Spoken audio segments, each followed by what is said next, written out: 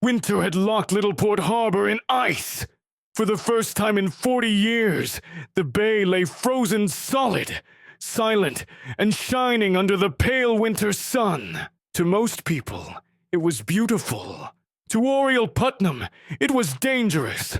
Oriole had crossed this harbor countless times by boat, visiting Uncle Nat and Ma Stafford at Harbor Light Island. But today, with the waters sealed beneath thick ice, she had only one choice: skates.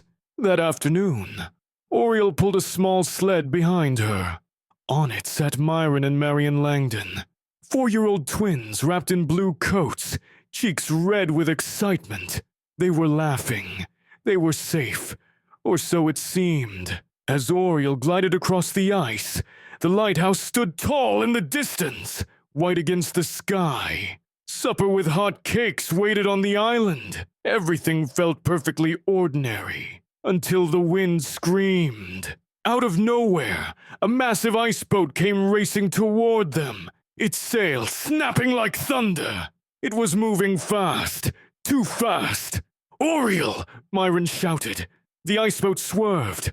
Its runners struck a thin patch of ice. The world exploded. Ice shattered. Water burst upward like a geyser. Oriole lost her footing and plunged into the freezing sea. The rope jerked tight. The sled followed her in. The twins were in the water.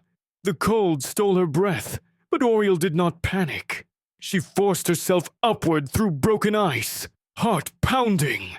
"Myron! Marian!" She found Myron clinging to the sled, but Marian was gone. Gone beneath the ice. Just as despair closed in, a voice cut through the wind. "Hold on! I'm coming!" A boy came running across the ice, older than Oriole, strong, fearless. Without hesitation, he threw off his coat and dived straight into the freezing water. Moments passed. Then he surfaced, grinning through chattering teeth, holding Marian in his arms. "I got her!" Together they fought the cold, lifting the twins onto solid ice. One by one, the boy carried them towards safety. His name was Teddy Ford. At Uncle Nat's cottage, Ma Stafford worked quickly, rubbing warmth back into the children. The twins would live. Oriole collapsed by the stove, shaking but alive. Teddy stood nearby, awkward in borrowed clothes, smiling like none of it mattered. But when he learned who the twins' father was, Harvey Langdon, everything changed. The smile vanished. "I wouldn't have saved them," he said bitterly, "if I'd known."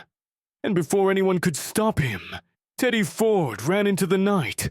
Oriole couldn't understand it. Harvey Langdon was kind, generous, a loving father. Why would Teddy hate him? That night, long after the house fell quiet, Oriole heard footsteps in the kitchen. Teddy had returned for his clothes. She stopped him at the door. "Tell me why," she begged, and Teddy did. He had worked on Langdon's ranch out west. When Silver disappeared, blame fell on him. No proof, no mercy. He was branded a thief. "I never stole anything," Teddy said, "but no one believed me." Oriole did. She knew what it felt like to be falsely accused. And she knew one more thing. Running away would never clear his name. "Truth always comes out," she said softly. Teddy wasn't sure, but for the first time, he hesitated. Outside, the frozen harbor lay silent again. But nothing in Oriole Putnam's life would ever be quite so still after that night, because this rescue, this boy, and this secret from the West were only the beginning.